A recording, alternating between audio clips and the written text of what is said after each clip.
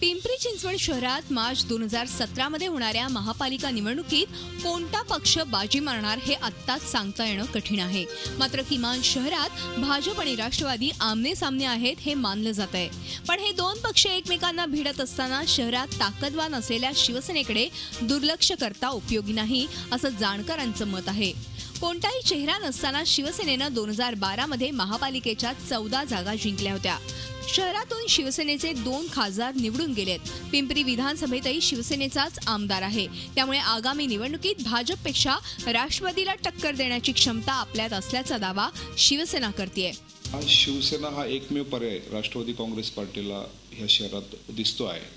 आपण या शहरातला जर मतदार पाहिला तर तो निश्चितच तुम्ही येणारी मागची लोकसभा विधानसभा जरी पाहिली असेल तरी शिवसेनेला एक मानणारा वर्ग, शिवसेनेची एक वोट बँक त्यासारखा परिस्थिती संपूर्ण शहराच्या कानाकोपऱ्यात आहे। भाजपला लक्ष्मण जगताप यांच्या रूपाने आता कुठे चेहरा मिळालाय।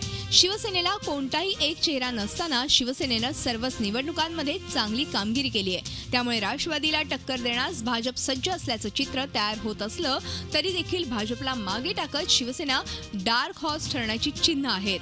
कैलासपुरीसह ब्युरो रिपोर्ट, झी मीडिया, पिंपरी चिंचवड।